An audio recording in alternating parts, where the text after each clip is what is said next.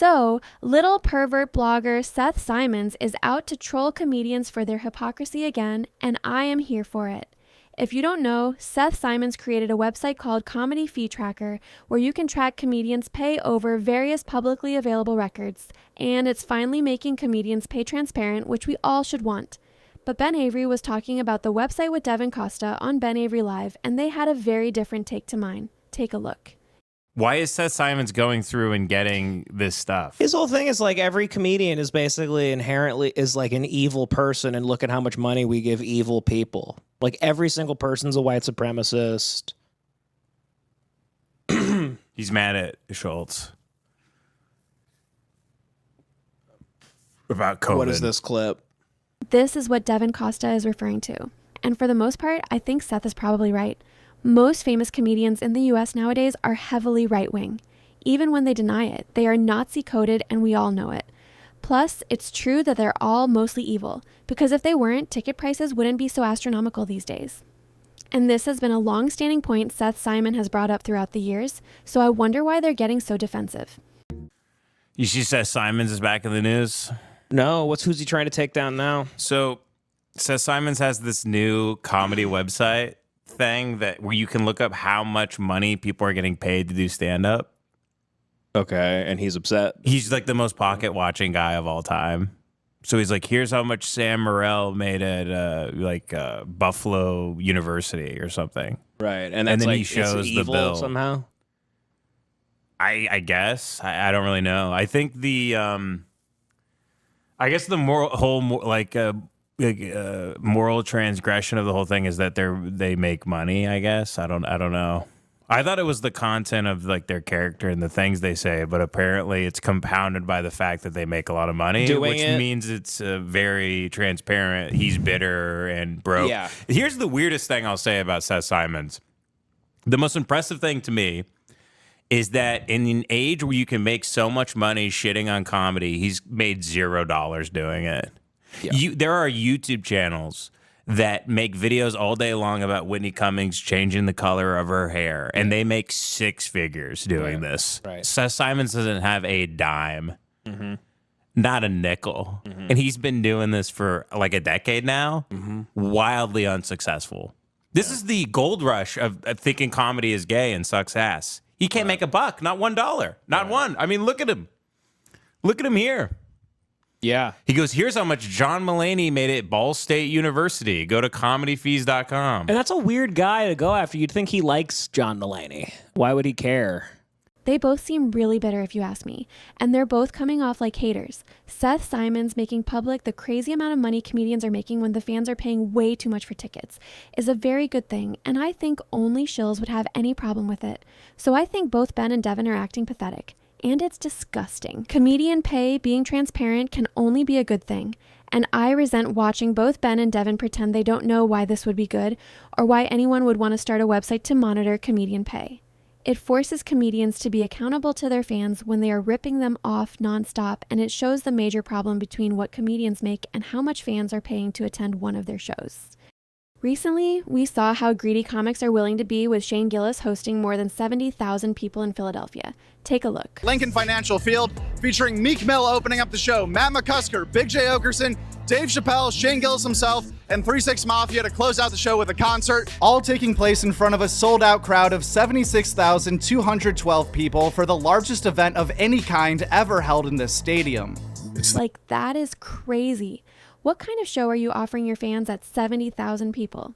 Shane doesn't love his fans when he chooses to put on a show that large. His fans couldn't possibly hear him, and the audio quality must have been garbage. To me, that's an ego thing that Shane wanted to put on a big party for himself just to see if he could, and he never even considered if he should. If you love your fans, you should care about their return on investment on shows of yours. Just my opinion. So, I don't get the hate at Seth Simon for outing what comedians make for specific events. I thought we all agree it's a good idea. If you don't know who Seth Simon is, he's the gross little gremlin known as a sex pest, allegedly, who serves a very important purpose in calling out the hypocrisy of comedians, and I have to support that. He spends his days attacking comedians and calling out when their behavior is incongruent with their words or who they pretend to be, and this is good. He's also the guy who, rightly or wrongly, originally got Shane Gillis fired from SNL when he posted out of context clips from Matt and Shane's secret podcast. Take a look. Everyone's least favorite journalist, Seth Simons, would make a tweet with a clip from Matt and Shane's secret podcast, which would say, quote, "Today SNL announced the hiring of its first cast member of East Asian descent, and also this guy. This again is from September 2018. Now, the clip was obviously said in jest and not with the intentions of hurting anyone.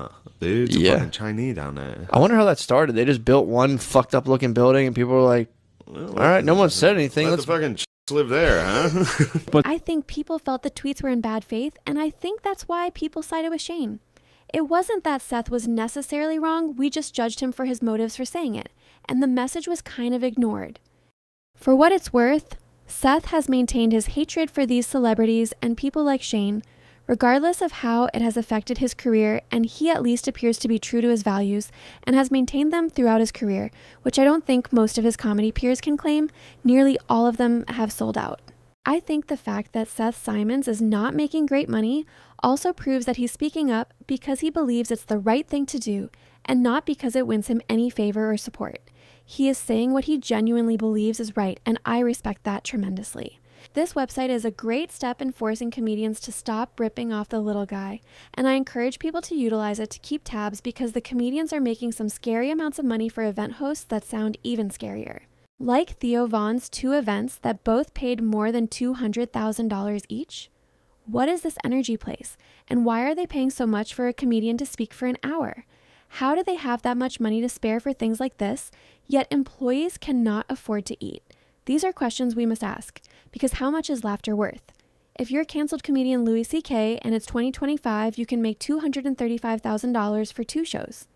That's fucking crazy, and people need to know about this. Using public information obtained through Freedom of Information Act requests, the Comedy Fee Tracker is a searchable database of talent contracts and payment records from publicly funded venues such as public colleges and universities, and city, county, and state-owned theaters and arenas. It exists to reveal the pay disparity between headliners and openers and to show you how much a successful comedian makes an hour at publicly funded venues. I think only Inside Men are against it. If you want ticket prices to come down and tour promoters and monopolies like Live Nation and Ticketmaster to stop exploiting people, this website is the way forward. And I just have one question for all those comedians who said Seth Simons was just a loser Shane hater who would never do anything. Who do you think is having the last laugh now, motherfuckers? I bet those smug piece of shit comedians calling Seth a hater when he gave valid criticism aren't laughing now that he just made it impossible for them to keep exploiting their fans. He literally proved that petty doesn't go out of style, and I am here for it because fuck comedians exploiting their fans. Fuck having events that are too big to be high quality. Fuck comedians taking zero responsibility for ticket prices and venues, and fuck them going with the status quo. They are making way too much money to not be accountable when they know it's not fair. Expect better because you deserve better. Speak up because you have a voice. Be a Seth Simons when it comes to outing petty shit, just don't be a Seth Simons when it comes to literally anything else, because I'm pretty sure he's a creep. What do you think? Is a website to easily look up comedian pay a good thing, or do you think it's none of our business what they're making? Do you think Ben and Devin are only getting defensive about the website because they don't want people to know how unfair the comedy industry is? Let me know, and thank you so much for watching.